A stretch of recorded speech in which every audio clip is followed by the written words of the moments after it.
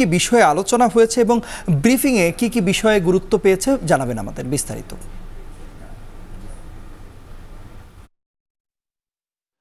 ধন্যবাদ আপনাকে। আমি এই মুহূর্তে আছি নয়াদিল্লির তাজ প্যালেসের বাইরে, যেখানে আসলে প্রধানমন্ত্রী শেখ হাসিনা রাত্রে সেখানে অবস্থান করছেন। সেই জায়গায় আসলে এস জয়শঙ্করের সাথে যে কথাটি হয়েছে, বলছিলেন না বৈঠক হয়েছে, সেই বৈঠকটি কিছুক্ষণ আগেই শেষ হয়েছে। যে বৈঠকে মূলত আগামীকাল অর্থাৎ প্রধানমন্ত্রীর সফরের যে মূল যে কর্মসূচি, যেটা হচ্ছে ভারতের প্রধানমন্ত্রী নরেন্দ্র মোদীর সাথে আলোচনা, সেই আলোচনায় আসলে কী ধরনের বৈঠক হবে, সে কী ধরনের বিষয় নিয়ে আসলে আলোচনা হবে, সেটিরই কিন্তু একটা খসড়া আলোচনা এস জয়শঙ্করের সাথে বাংলাদেশের প্রধানমন্ত্রী শেখ হাসিনা করেছেন। এবং সেখানে কিন্তু বেশ কিছু ইস্যু আসছে, আলোচনা হবে বা চুক্তি হবে, সেগুলো কিন্তু আমরা জানতে পেরেছি। আমরা এখন পর্যন্ত বলতে পারি সর্বমোট 10টি চুক্তি এবং এছাড়া আরও 4টি সমঝোতা স্মারক সই হওয়ার কথা রয়েছে এই বৈঠকে।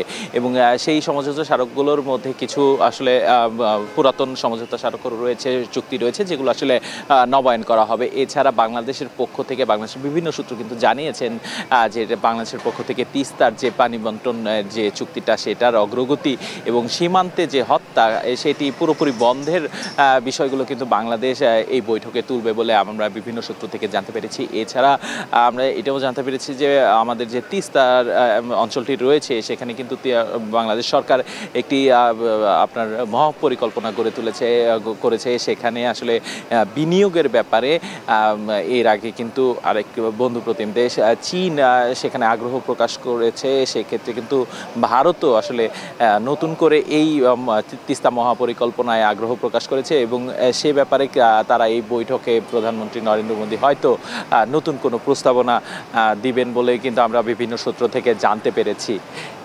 এছাড়া যে ব্যাপারগুলো রয়েছে, যে বাণিজ্যে যে আমাদের আসলে সমঝোতা, সেগুলো আসলে বাণিজ্য এই যে রাষ্ট্রীয় যে 2 দিনের সফর প্রধানমন্ত্রী শেখ হাসিনা, সেখানে কি বিষয় সর্বমোট গুরুত্ব পেতে চলেছে, সে বিষয়ে যদি একটু বিস্তারিত জানাতেন।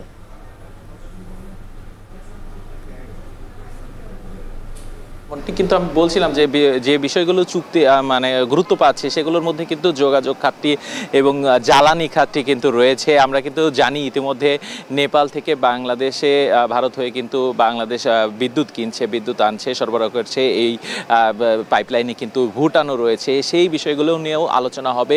এবং আরেকটু যদি বলে থাকি, বাংলাদেশ ভারত মৈত্রী সেতু হবে খাগড়াছড়ি থেকে আপনার ভারতের মিজোরামের ওই অংশটায়, সেই ব্যাপারেও কিন্তু এক ধরনের একটা ঘোষণা আসতে পারে।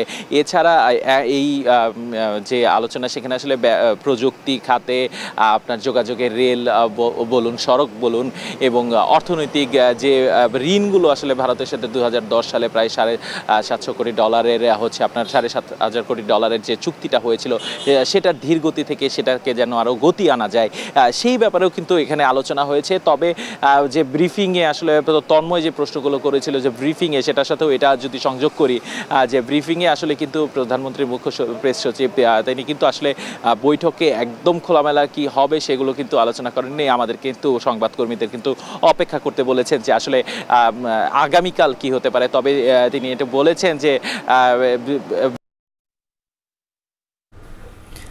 মেম আমাদের সঙ্গে ভারতের নয়াদিল্লি থেকে যুক্ত হয়েছিলেন সহকর্মী দেবরাজ দেব, জানাচ্ছিলেন প্রধানমন্ত্রীর সঙ্গে ভারতের পররাষ্ট্রমন্ত্রীর যে বৈঠক হয়েছে, সেই বৈঠকের সবশেষ খবরাখবর।